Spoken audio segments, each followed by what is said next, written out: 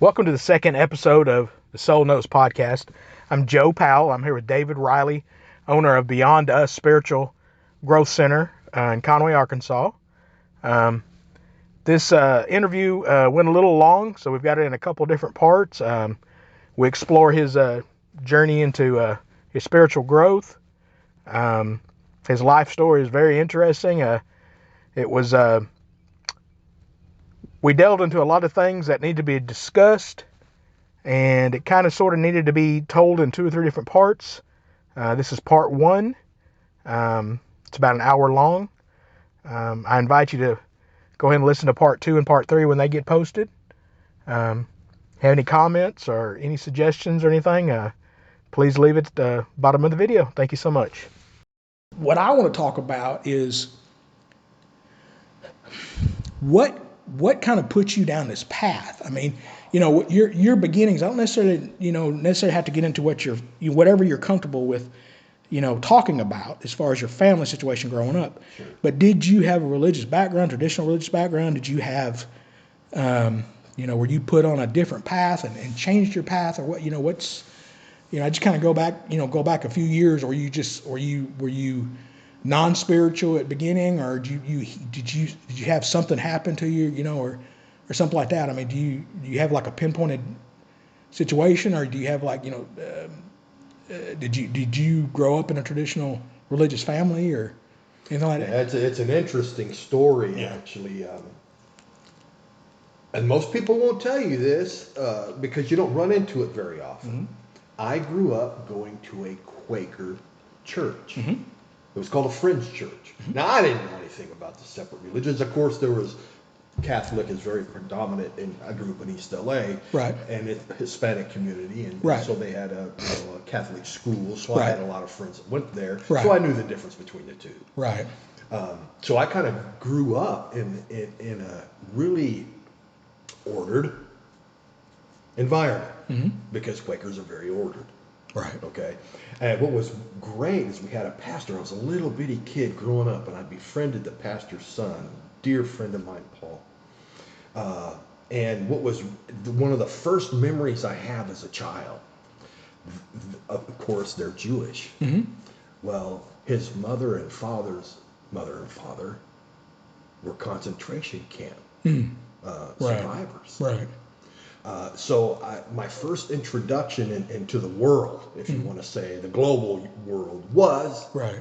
learning about the Holocaust. Right. And their travels and their tries. And they were older than me. They remember that. They were Right. little kids. Right. And so he was an influence. Right. And Mrs. Sledwitz as well. They were just an influence. They would speak German and Yiddish and, talk about these things openly because I was their kid. I was Right. running around the house, Right. so Right. they would just talk about it. Right. It was a wonderful experience. Right. And then I advanced in that same church. Didn't get away. Well, in the late '60s and early '70s, they had the Jesus movement. I'm sure those that grew up in that era will Right. remember that, Right. especially in California. It's Right. a pretty loosely gathering of a lot of different cultures. Right. So there was a charismatic movement. And in that charismatic movement, in that church, I was older now, in my teens. That pastor would move on. We got a new pastor. Now, is that kind of aligned with that? I wouldn't say. I always hate to use these words, but is that kind of aligned with that more expansive hippie kind of culture a little bit? Yeah. When you started getting into that more, like you even talk about, like Jesus Christ Superstar. Yeah. Kind of that era of really people started kind of like mixing the Jesus into the mainstream culture kind of thing. Mainstream culture. Right. The music. That's Right. where Maranatha music started. Right. As a matter of fact, as a teenager, they had Jesus is a friend of mine. Jesus is a friend of mine. Right. There was a big tent in Costa Right. Mesa, California. Now, Right. I'm a young surf rat. I surfed. I was a young surf rat. Yeah. I'm like you. I'm a lifelong athlete. Right. So I stayed clean in those kind of arenas, always trying to prove yourself all the time. Like this. And they had a tent, and you could drive into this tent, and they have rock concerts. Right. Turn off the music. And Chuck Smith was the pastor there, so we would go there, and then pretty soon they built a building, and it became Maranatha Ministries. And so these Calvary chapels started popping up all over the place. And And I kind of coming from that youth group, and we had a band, and I was one of the sound guys, you know, a little guy hanging out, helping with the sound. We'd travel around, and we actually had a drama. We would put on acts, and it was just a really cool environment to be in. And that progressed into the Calvary chapels, and then I attended there for quite a while in mainstream. By then it was mainstream.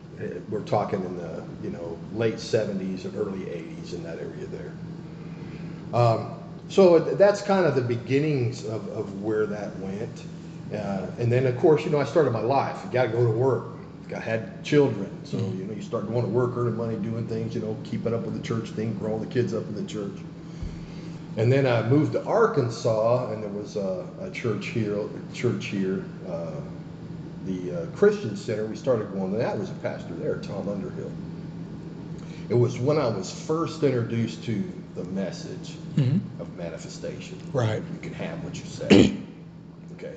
So, and then all the scriptures that are involved in that, and then started seeing types and shadows of the Old Testament and into the New Testament, and started to put in my head things together that made kind sense. of exploring. Yeah. It prompted me to look. Right. It's time to look. Now, were you always a seeker as a younger person? Well, that's even another interesting story. Yeah. When I say seeker, I was a knower. Yeah. And I shut it down early in life. Right. I'd say below 10.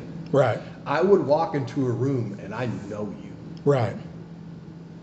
I knew things I didn't want to know. Right. About right. you. Right.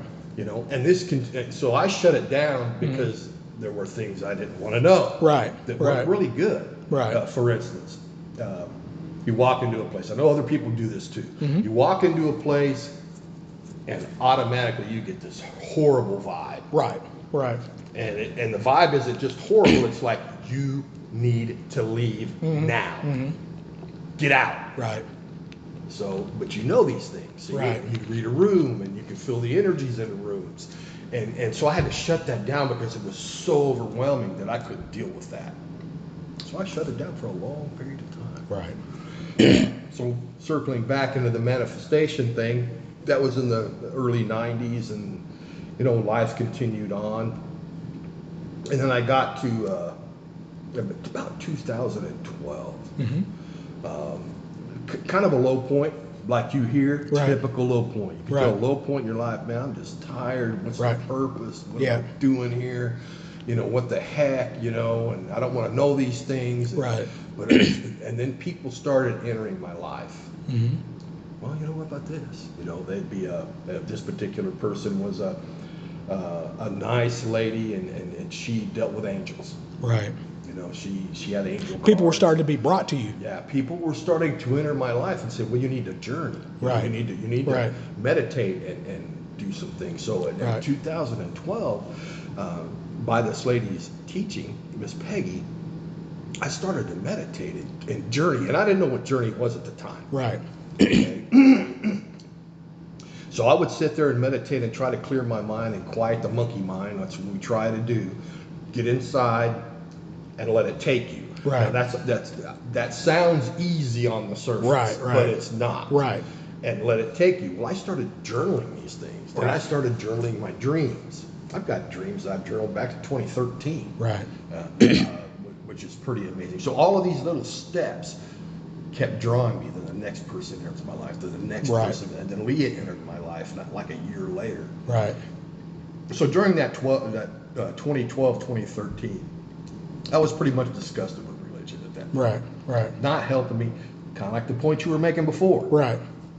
It's really not helping me. Right. I'm not getting anything. Right. I feel like I'm praying to something. Right. And there's nothing there. Right. I made a conscious decision. I'm going to find out who, what, and where God is. Right. I'm going to find out. Right. Because what do I got to lose? Right. I'm just going to, pass away one day. Then what? Right. Okay.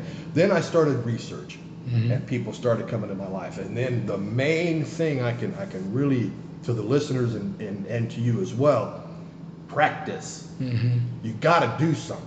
Right. You can't just learn. Right. You got to practice these things you're learning. You got to check them out and see if they're for real or not. If they're not for real, you got to dump them. Right.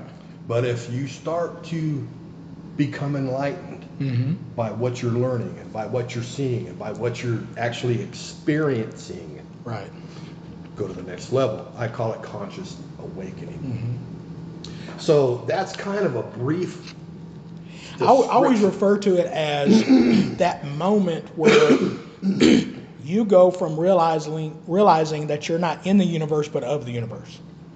Well, I put it this way. I flipped the switch. Right.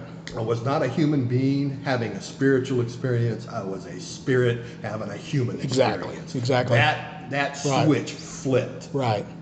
And at that point, I went, Right. now we could connect to something.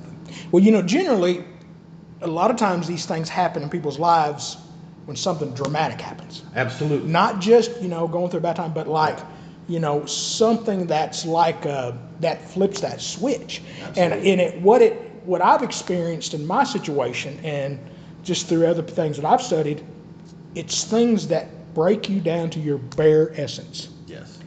And it happens on a level, if you're never gone through it, it happens on a level that's not biological. It's on a level that's it's celestial. It's completely indescribable sometimes. It's absolutely indescribable. And it can be scary, it can be painful, it can be a curse. You know what I mean? It can just be, like I said, was there like one event that you want to discuss that kind of led to that? I mean, we're leading into it. That was just the flip of the switch. Gotcha. 2012, 2013. Okay, now I start researching a little bit. Right. I start looking into, okay, what is meditation and how does meditation happen? And then, of course, Leah and I got together, and she was going through the exact thing I was going at this exact same time. So we started on this journey together. Well, ironically, we talk about hitting bottom. Right. I got scheduled for a knee replacement. Old athlete, knees wore out. Right. Okay, I was only 55 at the time, Right. I think. So they usually don't do knee replacements with anybody that's younger than 60. Right. Right. But mine was so bad. Okay, let's go ahead. Hey, Right. Got to do it. So I did. December 2014, first knee replacement. Of course, it's just a surgery, and of course there's pain and recovery and all those things you go through there. Well, 4 months later, I got infected. Infection comes back. Okay, well, we're just going to go in there and we're just going to clean it. Normal procedures. Once you get infected, we just go in there, we take all the plastic out, Right. we put new plastic in, we wash it out, we disinfect it, and we sew it up and the exact words were the doctor to me, he goes, you don't want to go through the protocol, the protocol for infections. He goes, and this works a high percentage of the time. I can't remember what they said. Right. 90% or whatever it was. Okay, yeah, let's do that. So they take the replacement parts out, they sanitize it, put it back together, and we go. 4 months later, I get another infection.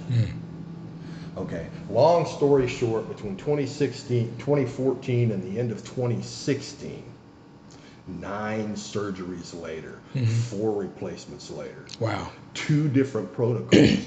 I was, of what I described, I didn't want to go through. Now, let's describe that. Now, you're talking about a person that within a 24-month span has been completely put out.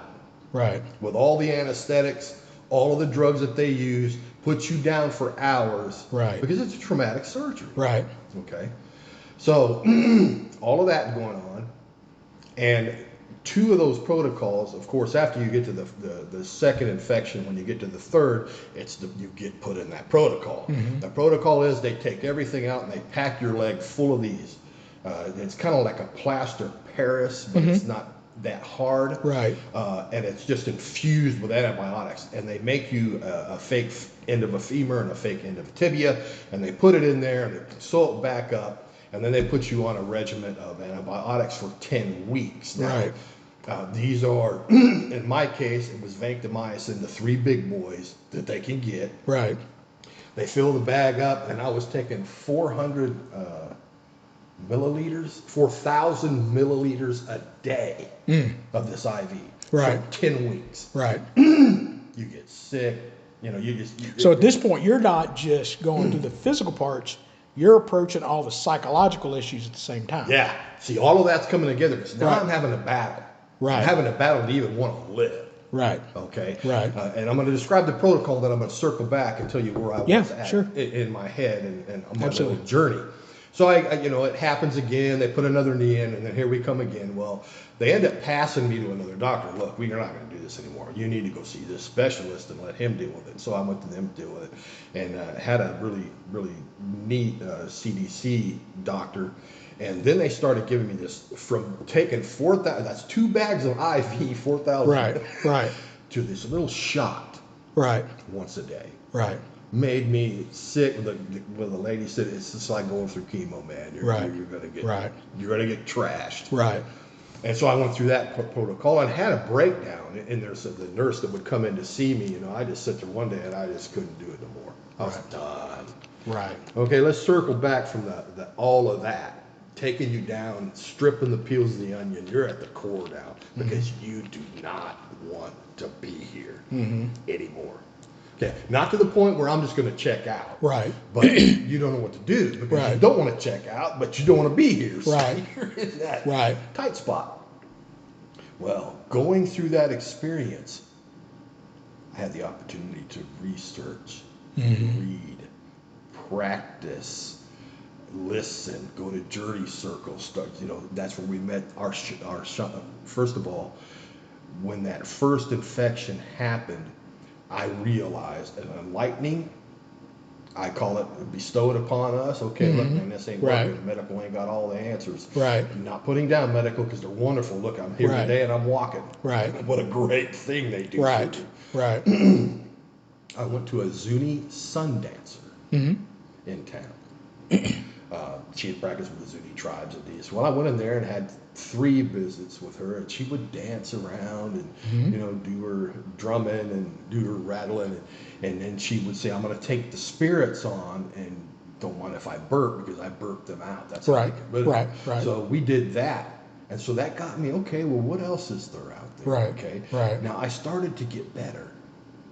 Right. Because this is like the 7th and 8th surgery. Okay, so and then that's when I was introduced to this new protocol, and these new doctors, and these things started happening in my life. And I had done a lot of studying between now and then. We'll get back to that ordeal when you ask the next question on what I've actually done research-wise. Right. And then ran into this other shaman person, and it was separate. She didn't introduce us, but in that community, people know people. Right. And then we started going to Journey Circle in 2016, right when I had my last surgery, and then we started Journey Circle, and that's continued on to this day. And there's all kinds of fruit that was born from that.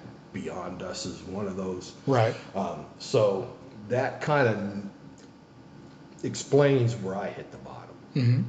Personally. And of course, Leah's going through this too, because she's having to take care of me. Right. You do not understand the freedoms that you have until they're taken away. And these freedoms I'm talking about aren't, the freedom of speech and the freedom. I'm talking about freedom to go to the bathroom. By yourself. Right. And here's the thing too, that you're probably going to get into, and this goes along with the things we've talked about. Yeah. It's very emasculating. Especially, it's, and people don't understand that idea of not just what a man should be, what a human should be, but it's very emasculating to be, I don't know what the word would be, I don't know, it's hard to describe, You can't. You can't. And I've went through the same situation in a situation like that before. Needing help. Yeah. And being incapacitated. It's very emasculating, especially for somebody that was a former athlete. Oh yeah. That attitude of just rub some football grass on is what we used to say all the time. It's like we talked about, getting the concussion, just slap you on the rear, get back in there. Yeah. That I can just grit my teeth and get through it. You know what I mean? I can push that sled down the football field. I can it's 100 degrees and I'm sweating, but I can just suck it up. You know what I mean, kind of thing. But when you're in a situation where this is out of your hands, and you're not only having to rely on somebody, but you're having to rely on somebody that you feel as a man you should be taking care of. Absolutely. Because that's what's been drilled in your head your entire life. So now you're vulnerable with the person that you think you should be the knight in shining armor for. Absolutely. And that's the emasculating part, and that gets deep inside you. Well, it's an indoctrination that you start as a child. Right. That's how you're supposed to be. Right. So it gets so ingrained, and it's almost part of your DNA makeup. By the time you're 55, Right. And you are hit the nail on the head. Right. I didn't know how to deal with that. Right. How do you deal with that? Right. Right. Somebody giving you showers, somebody helping you go to the bathroom, cleaning up after you. To this day, I don't even know how, but for me, that masculinity had to be broken down. Right. So I'm starting to tear up. Right. Yeah, I got you. I hear you. Yeah. I understand. Yeah, I understand. Hadn't had that in a while. Yeah. I understand. Man. I've been there. I've absolutely been there. But you need it. Yeah. Yeah. To get to the core. Mm-hmm. Now that takes you into all this learning. Because you wouldn't have explored that without going through that. Right. Because you're searching for answers. Right. Well, yeah, and the thing is that because you described yourself as a knower from a young age, you had to go through that to get to this point where you're at now. Absolutely. Whereas it's almost like you are having to be, I don't know if you would describe it as a dark night of the soul or whatever. Absolutely. But there's been things like that. No. But what it feels like is, it literally feels like your soul it feels like your body has been ripped out from the inside out. Yeah. Like you've been turned inside out. Yeah. And you had to go through that to get you back on the track that you would have been at as a young person. Yeah, before I should. If you would have been in a certain environment with what you were going through as a young person, you would not have had to go through that. But there's an Eminem song where he talks about his drug abuse, opiate abuse, and he said, "I had to go to that place. I had to go there to get to this place." Absolutely. And that's exactly, you had to go there to get to this place. Yeah. And now you're in a situation with what you and Leah are doing. You two are healers. Absolutely. And you had to heal yourself to go through that, to learn how to heal yourself, to learn how to heal others. Yeah. You can't practice what you haven't experienced. Right. Right. So, and that's what makes it so wonderful. Right. Because instantly when people come in, that knower kicks in. Well, it's like I'm sitting here right now, I'm nodding my head because I know exactly what you're going through, and you cannot connect with those people and say, okay, this is how I'm going to try to help guide you. Yeah. With, like you said, without, Yeah. It's don't put your hand on that burner because I had my hand on that burner. You know what I mean, kind of thing. But it goes beyond that because it's refer to yourself as a light worker, but you have to go through that darkness to become the complete light worker that you are or destined to be. Absolutely. When you come into your being on this world. Yeah. And without going through that darkness, I wouldn't say you wouldn't have reached your potential, but you wouldn't have been able to fulfill your soul. You would have been struggling for the rest of your life because you already had that being a knower. You know what I mean? You already had that opening already. So there would have been just this friction for the rest of your life. Oh yeah. You know what I mean? Because it would have been like this, this little egg, and this little thing was trying to come out, and the egg kept being, you kept crushing that egg. Yeah. And it would have been a friction to the rest of your life. Yeah. So you had to go through that. Yeah. To live a more fulfilled life. To find my soul's purpose. And at the time, it doesn't feel like that. It doesn't feel like that. No. It's rough. Like you said, at the time, you feel like, I do not want to exist. Yeah. because you at the time you feel like you're not existing. Yeah. You know what I mean? You really do feel like you're not existing, and it's painful. It's painful, and the things I went through, you can't escape it. No. You know, there's no relief from it. There's no, I try to describe it, and it goes beyond your knee surgery. It goes beyond that. I try to describe it to people as like, say you get, you break your ankle or something, you can prop it up and, it'll heal and get over it. So you can't escape this. Yeah. You can't sleep through it. You can't medicate it away. You can't eat it away. You can't sex it away. You can't do anything. It's in you, and it's got to get out. And it's just like this, like I said, it is like this caged tiger inside of you that's gnawing at you for however long you've got to go through it. Yeah. But that's that ego self. You know what I mean? That's that, like I said, the emasculated part. Feeling that your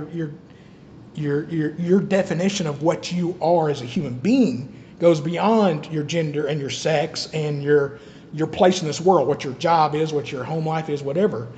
To get to that spiritual being, and to be a light worker and a healer, you had to go through that. Yeah. You know what I mean?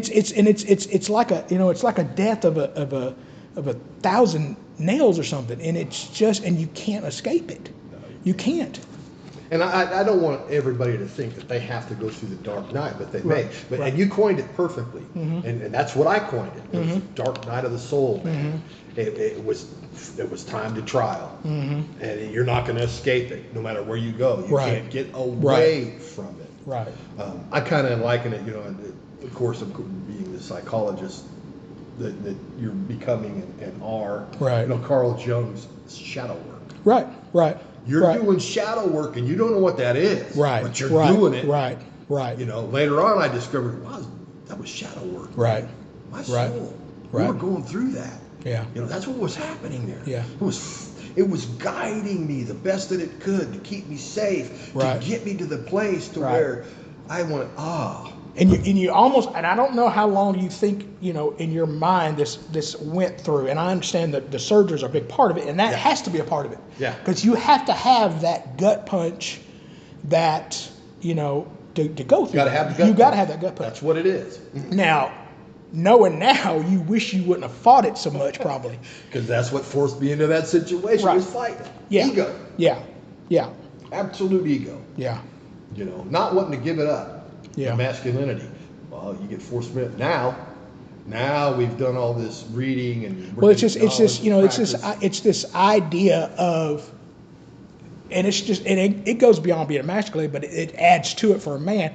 But it's that idea of having this perfect idea of yourself in an imperfect world. Absolutely. You know what I mean? Instead of, they talk about, being in the flow and going with the flow and stuff. That's not a normal human experience with our culture, with our, our structure, whether it's governmental, whether it's culture, whether it's religion, whether it's whatever it is. That idea of I'm going to go with the flow does not compute with the modern human beings. No. Now that's something that ancient man was able to do. Because they lived from minute to minute. It was, I'm going to kill that bird. I'm going to eat that bird. I'm going to go to sleep, and I'm going to wake up, and I'm going to kill a rabbit, and I'm going to do it again. I'm going to go with what is in front of me, and go with what Whereas now it's like I said, we have the structure built up, and our idea of what we should be, what we should say, what we should wear, what car we should drive, and what we should do, all this kind of stuff, and all that stuff, and that goes even beyond that stuff. Just your, it's this nakedness that you experience, this exposure of your nerve that's just hard to describe. Yeah, you can't describe it. You can't describe it to anybody. No. And I've been through it. And I've been through it. Yeah. You try Yeah. to put it in perspective for people, but it just doesn't work that way because you've been indoctrinated since you were a child in our culture to swim upstream. Right. Right. You're going to swim upstream, man. And the caveat to that, but if you don't swim upstream, guess what? And if you don't swim upstream, you're less than. You're less than. Because the idea of being who you are, or being a productive member of society, or whatever you want to put it as, being a man, being a husband, being a father, being a business leader, whatever it is to go up that mountain. But you're going up that mountain instead of like a person who's going up and enjoying the view. You're going up that mountain like you're a Sherpa carrying something, is what that society makes you want to do. Yeah. It's almost like, well, if it's and you talking about example, sure. well, yeah. Great So example. like, you're talking about like something like the Catholic religion thing. That's a, they're infamous people that are raised in the Catholic churches going through all this pain. You know what I mean? This, and there's a lot of people who go through that pain, self-pain. You know what I mean? And do it on their own. But there's this thing of, it's not worth it unless I go through pain. It's not worth it unless I suffer. Yeah. So that go with the flow mentality, and people think that when you go with the flow, that means you're not being a productive member, or you're going with the flow, you're not, I mean, hey man, you're outside of society, whatever. No, it's not what that means. Yeah. That means, I'll let you back to your story. I've always discussed with people, my moral compass was my grandmother. Yeah. And she was one of those people that, she grew up dirt poor in eastern Arkansas, like real. She was born in the 20s, but her mentality was she never got too high and too low. But I had come up with a saying, a while back is, I'm trying to think how to phrase it again, and this always reminds me of her. You can get mad, you can get sad, but don't get upset, because when you get upset, you topple your own canoe. Oh, absolutely. You know what I mean? You're not, you are defeating your own survival by causing this friction in yourself that's not necessary. And that's hard for people to do. And that goes along with the psychological situations of, the whole thing of, walking away from that which does not serve you. Your past, your things you feel guilty about, or the things that man, I wish I would have done that, I didn't do it, or wish I would have said that, I didn't say it, or that person did this to me. Those things you can't change, and that's that human nature to hold on to that and go, golly, I wish I would have done that, or I wish that guy would have done, or whatever it was. And those things, all they are doing is you're just opening that wound over and over and over again. And that's where the flow comes in too, is that being in the moment. It's not that I'm not thinking about tomorrow I've got an appointment. It's not thinking about, man, I made a mistake yesterday, I'm not going to do that again. Yeah. It's this not dwelling on it to where it gets you out of kilter. It upsets your own canoe. Yeah. You know what I mean? And that's that thing you have to get away from. And how long do you think in your mind, do you think you went through that experience? I know it's lined up with your surgeries, but No, I can line it up with other things too. right. Well, what else? Well, I mean, for instance, I love football, always have. Oh, yeah. When I was a little kid. Right. I started watching NFL films as a little kid, because that's when they started. Well, I got into Pee Wee, well, it was Mighty Might at the time, Pop Warner football, and so, at 5 to 7, then you go to Pee Wees, then you go to junior band, midgets, then you go to junior bantams, then you're in junior high playing, and then high school playing. Right. Well, I loved it so much. Every year, my gift my parents gave me, the only thing I ever wanted was a new football, because I wore the other one out. Right. I carried it around everywhere I went. Right. I wanted to be a professional football player. Right. That was my goal. Well, when that didn't materialize, I was like you. I played all the way through Division I. Right. Then blew out an ACL. So when that didn't materialize for me, I couldn't let it go. Right. I mean, I kept trying. It was your identity. It was my whole identity was that. Right. Which was sad. Right. When I look back. Right. But it had its great It was your attributes. self-worth. It was my self-worth. But it had its good attributes. Right. It made me do exactly what we're talking about. Right. The indoctrination to strive, climb the mountain, be the best. Right. That right. at all costs, right. kind of thing. Right. And that followed me all the way through up to until this experience. I was chasing things athletically. I mean, I did triathlons for a while. I cycled. I went into powerlifting. I did bodybuilding. I mean, I was just played softball, played basketball. I mean, there was always this competition to be number one. Right. And it was not achievable. Right. You're never going to be number one. Right. So there's other aspects of my life that led into this Right. surgery thing. And like you say, that was just the beginning. Right. That was just the focus. Okay. Right. It was peeling the layers off the onion. Right. To get down to the core. Okay, what are you really? I'm a soul. Right. That's eternal. Right. And I am connected to everything. Right. Because creation is everything. And Right. I am created. Right. And I am like the Bible would say that you were created in our image. Right. Okay. Everybody takes that Right. as a physical form. Right. No, Right. that's not what they're talking about. Right. You have the ability to create your life. Right. Right. You have that ability. Right. Now, how do we do that? Right. Now, we can get into scripture, talk about Mark 4, and we can talk about some of what Abraham talked about and things come to fruition. But let's talk about other things besides that, because we're all pretty well versed in those kinds of things. If you're in the Western civilization, religious culture. What about the Book of Thomas? What about the Book of Mary? What about the Keys of Enoch? Right. What about the Book of Angels? What about the Book of Wars? Right. Right. How come they got excluded? Right. Where's all that stuff? Right. And so you can have. Well, what those do is what we talked about earlier. Yeah. It gets you in a situation where it's not letting people be of the universe. That's right. The Gnostics and different ones. We had this quote unquote Western religion. Well, what we consider modern day Western religion is the same as Eastern philosophies. Absolutely. They were in the desert meditating and just being one with the universe and being one with each other. Yes. Now that changed with, the Roman Empire, and when you started coming into the Catholicism and stuff, and the governmental structure of religion of, there's this idea of, okay, how do we control the masses? Absolutely. Let's not just control them government-wise and military-wise. They're starting to drift away towards this other beliefs. Well, let's just say we're going to line up with those other beliefs and we're going to start setting all these rules in. Yeah. So we're getting them from both sides. Yeah. We're not just getting them from the military and the government side.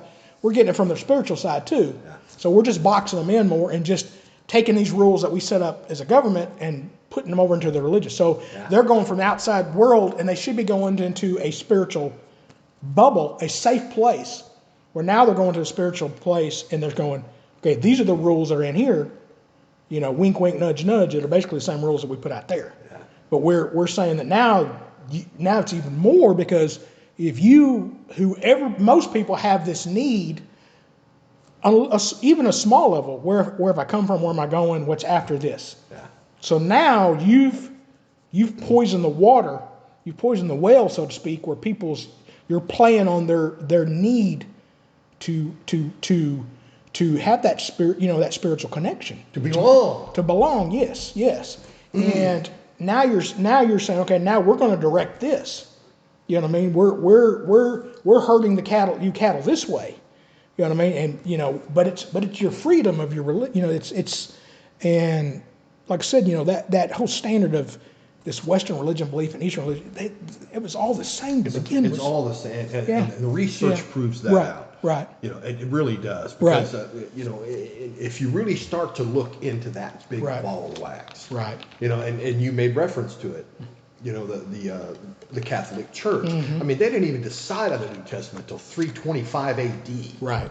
They didn't even decide on what was going to be in the Old Testament. Right. It was earlier than that, Right. but it was hundreds of years Right. after the event happened. Right. Okay, and of course, by that time, Rome had fell, and they needed a leader, so the church stepped in. Right. And now they've got to control the masses. I mean, you explained it perfectly. Right. That's how it happened. Right. And then, of course, Martin Luther, Right. gave him the big middle finger and said, "No, I'm going away," and it Right. cost him his life. Right. But he kind of got that Well, Lutheran. all of your Western religions, and when I say Western, I'm talking about Christianity. I'm Sure. not necessarily talking about your Western religions. Are just a slicing of the same Catholic pie. They're exactly It's the, you know, we don't like this one little thing, so we're going to go break off and we're going to be this one little thing. Yeah. We're going to keep 99% of that and get rid of that one. Yeah. And then Yeah. we're going to break away from that and keep that. Yeah. So it's all just the same derivative of that same Catholic pie. Absolutely. So it's which boggles my mind when people start pointing at other denominations, whereas like y'all are all from the same tree. Yeah. You're all part of the same lineage. Yeah. So, I've went through different, indoctrinations as a young person. I was raised a Pentecostal as a child. Yeah. And moved to Arkansas. I grew up in California. Oh, did you? Yeah. Oh. And I moved here when I was 12. And we moved here. We didn't really go to church. As I got older, I started going, for a couple of years, I went to Church of Christ. Yeah. Which, have their certain beliefs as far as musical instruments and things like that. Sure. Well, there's this, crazy thing where, this Church of Christ here in town split from this other church. They split up and made two different Church of Christ. Why? Because there's one little thing they didn't like. And it's like, but y'all all still, that's, you're all still part of that same pie. You're all going back to that same structure that, again, separates you from all of this. Yeah. You know what I mean? And that's all it's doing is, it's funneling you into, okay, there's this, generally a man, who's telling you what those words that you're reading mean. Whereas like we talked about, there's knowledge, wisdom, there's good words in lots of different, philosophical and spiritual and religious things. We talked about a while ago, like, and I love when people bring up scripture, when they bring it up in a way where, let's look at that scripture from this point of view. Yeah. You know what I mean? First of all, these are words written by men. And I'm not judging those men, because there's words written by lots of men who are wise men. But the whole idea that those words were written by a God is absurdity. Whether, if they're written by men, they're no different than the words written by Plato or Socrates. Absolutely. And there's wisdom in those words. Like we talked about earlier about the ego. Well, in the Bible it says pride is a sin. Yeah. Well, when people sit there and go, well, what that means is when you start putting your ego self, and this is what's funny to me, is like there's these things, like you said, that are left out of the modern day scripture. Yeah. And it's almost like, these things were edited, but there's other things left in. But when they left them in, they try to explain to you what those mean, instead of you being a seeker and really looking into what these things. Well, that goes along exactly with the Eastern beliefs of the ego. That pride is whenever you think that your place in the world is based on whatever your place is in life, instead of your place in that universe. And it goes even on a more minute level. It's that, and this is the way I interpret those words, it's that situation like we talked about, not being able to stand up and say, I'm hurting or I'm weak. It's that thing where you're like, okay, I got my paycheck and I went and gambled and lost it. Boy, I can't tell my wife. Yeah. Boy, I tell you what can I do, man? I just can't tell my wife what I do. Yeah. Well, there's some, maybe I can skim some money off the top of the company I'm working for. Yeah. Well, what you're doing is now that ego and that pride of not saying I screwed up, of saying I made a mistake, of saying I'm weak or whatever, now that pride, that ego self is starting to lead you down a path of doing wrong things. Yeah. It's that, man, John brought a brand new truck. Boy, I tell you what, I wish you'd like to have a brand new truck. Well, John makes twice as much money as you do. And now that pride is put your family in a situation where they're struggling to have a roof over their head. Yeah. That's where pride's a sin, that ego part. Agreed. Yeah, but that's just some examples, but that's also in that place in life. Yeah. You know what I mean? Of not being able to, and it's a structure that we're set up with in this culture. Yeah. Of not being able to be yourself. You know what I mean? Human being. Be a human being. A human being. Right. A person that has a biological carbon sack full of water Right. with a soul. Right. And a spirit. Right. Because that's who you are. Right. Well, people talk about how, you can take an animal and separate it, isolate it in some way. And this is what happens to people in prison. Oh, yeah. This is why prison is such a punishment for people. Yeah. When you're separated from human contact, it affects you psychologically, but it affects you biologically. Oh, to touch another human being, not in a sexual way, but sometimes in a sexual way, but any kind of way, there's this transfer of energy that the human soul needs. Absolutely. We all need, and it's not just on the nerves on the hand and the touch. It's that exchange of energy we all need, and animals need it. There's this, there's this, and it goes beyond just an instinctual level. But you'll see animals that will, say you'll see dogs or something out there. They're all going to lay with their backsides touching each other. Yeah. Now, is it for safety reasons? Yeah. Is it an instinctual thing? Is it, to protect the pack, to protect each other's backsides? Yeah. But there's this need to have this contact. There's this mentality of having, this hermit kind of mentality it's not a human experience. You have to have some kind of contact, and even us sitting across the table, not having contact with each other, we're still exchanging energies. Oh, absolutely. You know what I mean? And those energies can be negative or positive, not only by the words we say or by the actions we take, but the thoughts that we're thinking. Absolutely. And where it begins. From where it begins. And when I pulled up, we started conversing at first, and there's this positive, there's this positive energy. Yeah.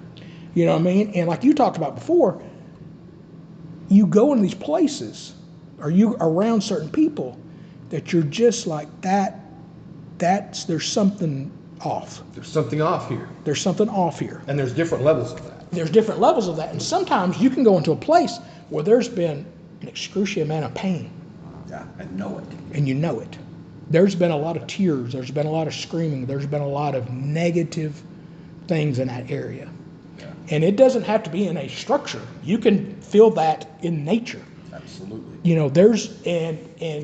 Boy, I tell you what, it goes, when you're talking about things like, magnetic forces and vibrations and all that kind of thing, people just don't understand. No, they don't. There's and there are energies that are from the universe that in some ways are beyond our control. There's ley lines and there's different magnetic forces and stuff, and there's anomalies around this earth and around the universe that are beyond our control. But there are energies around us that we have control of, and that's what you're talking about, like manifesting and creating positive vortex. Yes. Those are things we can control, and those are things that you have to train yourself to do. Yes. I try to describe to people when it comes to meditating, like I said, it takes work. Yeah. And what's so hard is, like for us, for somebody played sports especially, you think, well, the harder I try, the more I'm going to get there. No.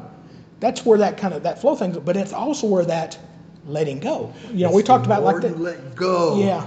Deeper. Go ahead. I didn't mean to interrupt. Well, it's so hard. It's so hard to do because our instinct is to dig in. Yeah. I'm to get to the bottom. I got to dig that hole deeper. Yeah. No. When I try to describe somebody is when you get into that place meditating, to me, and I try to tell people too, there's different techniques. Absolutely. Everybody has their own thing. But to me, whenever I get into that place, I almost equate it to daydreaming, where you're there but you're not there. Yeah. You know what I mean? You're conscious but you're not conscious. Yeah. You know what I mean? You can be sitting there and watching that bird on that bird feeder, but you're thinking about something else, and you're there, but you're there. Yeah. And there's this, and not to get too descriptive, but it's this. I try to tell people sometimes where my philosophies on these things are, there's certain things that close off that third eye. Yeah. Now, a lot of times, like you said, you talked about how you forcefully shut that off. Yes. Because it was too disturbing. Yes. I've been through that too. Yes. And that's where you think about it's a curse sometimes. You do. And you get messages that you don't want to get. But there's also this situation where it's drilled into us culturally. There's a reason why children, I'm talking about babies, experience things because their third eye is wide open when they come to this world. They're not indoctrinated yet to not be part of the universe. Whether now you can go along the lines of things like seeing spirits, seeing orbs, things like that. Children, toddlers and things like that who have not been indoctrinated see those things and experience them. That hasn't been closed off yet. So that my thing is what I was getting to was being able to get to that place where that information comes in and you're not trying to force it in. You can do that through meditation, but you can do that through other things. Now there's a new movie I think you need to watch it. It's called Everything All at Once or something like that. It's Everything All at Once or I can't remember. It's a fantastic movie, and I didn't know what it was like when going in. And there's this thing that it's about multiverses, but it's not the traditional multiverse movie. Okay. Very artistic. It's very mainstream movie. It came out just about a month or two ago. Okay. It's Everything All at Once or something. I can't remember. I'll search. It's an Asian movie. It's a Americanized movie, but it's Asian actors American. But I'd seen it with some friends, some younger people at school, and their ideas of this and that. And there's some scenes in there where they're jumping from multiverse to multiverse, and there's different times when they do this where like the guy, one of the main characters, is trying to get to another place, and it's just one example of the things they do. And he's got some paper, and he's trying to give himself a paper cut, and he's like, I gotta jump. What I try to tell them, I said, no. What that is when he gets that paper cut, his focus is on that pain. He's not focusing on this. Yeah. So that allows him to get to that place. Yeah. So, and not to get too graphic, but that's the kind of thing that happens in like an orgasm. Yeah. That's the kind of thing that happens when you're really in that meditative place. Yes. And there's people who get to that place through like pain. Yeah. You know what I mean? Who get to that place. There's people. That's the reason why indigenous people around the world do chants. Yeah. That's the reason why people around the world do things where they'll dance and chant, because they're in this zone. It's almost like a self-hypnosis to them, but there's this thing where you're not thinking about everything else. You're thinking about this one thing, so that allows everything else to flow in. Yeah. You know what I mean? So it's just this. That's why example where to me, it's not really about me right now. It's about you. But to me, the things when I've had more experiences, sometimes that's why what you're talking about is when you're sleeping or when you're in that place as you wake up. When you're in that, everything's closed off, but you're open. Your consciousness is open, where that thing starts flowing in. Now you can, like I said, everybody has their different ways of getting there. Yeah. And some people you'll talk to them about this and be like, oh, it's wacko stuff. It's crazy stuff. It's out there, man. You know what I mean? But then, like I said, then you sit there and go, well, let's go back. Okay, let's pull your Bible out, but let's go back and look at that Book of Thomas, or let's look at that, Enoch, and let's go look at some of these older things that led to your Bible that you're reading, or your Torah, or whatever you're reading, and look at some of this older stuff, and then think about where that changed. Yeah. You know what I mean? Where did that go from? We're walking amongst the world, and you go and, like I said, you see these indigenous people who still have their same culture, who are still practicing these same things, who are, taking hallucinogenics. Yeah. Or other things that are blocking. All they're doing is blocking out the 3D world. The 3D world is all they're blocking out, and they're trying to get to that 5D place. Yep. And you have to do those things because we're so restricted. You know what I mean? It's like there's this governor that's been put on us. Yeah. You know what I mean? It's like when these 18-wheelers, they had that governor, or something. They can only do 60 miles an hour. Their engine, it's fixed. You know what I mean? And we've done that way. We're indoctrinated that way, through culture and religion and government and our everything. We're just just follow the status quo. Yeah. I mean, don't rock the boat. Don't explore. Don't seek. Don't look for knowledge. And I'm not saying I've come across things that I've explored and I think, well, there's nothing there. But how not just as a person seeking spiritual awakening, spiritual information, but how can you just as a human being who innately human beings have an innate need to understand where they are in this universe. Absolutely. It's the reason why there's organized religion. Yeah. It's the reason why people are so easily led into cults and things like that, because there's this need. It's preying on your need. It's almost like saying, don't eat. You have to eat. You have this innate need to explore your spirituality. Now, to do that, you can't just say, well, here's this 3 pages, read these 3 pages and that's it. You know what I mean? Or read this scripture and that's it. And this is what they mean. Whenever I discuss things with, traditional, religious leaders, I'll ask them, I asked somebody on the podcast about, he's a Christian preacher. And I said, have you ever picked up the Torah? Have you ever picked up the Quran? Have you ever picked up? No. Well, how can you lead people down a path of what you would call salvation if you yourself has not explored, your own soul? All you're doing is regurgitating what's been told to you to the point where they don't need you. If you're just going to read the words that are in that book, they can do that themselves. That's not exploring your soul. No. And that's not to quote unquote salvation. Salvation, you're trying to free yourself. But, they talk about salvation as being, being saved, you know what I mean? Because, being saved from this world. No, salvation is to, you're salvaging. You know what I mean? You are keeping your soul to yourself. You know what I mean? And to do that, you have to explore that. Yes. And you may spend a couple of years going down the wrong path and decide, you know what, that's not the right path for me. And maybe let me go this other path. And it's just this thing where my belief is, if it fills somebody's soul to go on an island somewhere with, 20 other people and run around naked and play in the sand as a bunch of 80-year-olds, if that fills their soul, let them fill their soul. If it's not, harming me, not harming my opinion, not harming my views of things, but if it's not physically harming me, it's not affecting my life, why should I, like I said, their soul is the only thing they own. You know what I mean? If their soul experience is to, live a certain lifestyle, if it's live a lifestyle with a certain gender or a certain nationality or whatever it is, let them fill their soul. Yeah, because they're on a journey. They're on a journey. They're on a journey to fulfill the soul. Right. Because you're here, whatever you came for, your soul made a decision and a contract with the people that you meet that I'm going to come down here because this is what I want to experience, because I need to learn. Mm-hmm. That's why you're here.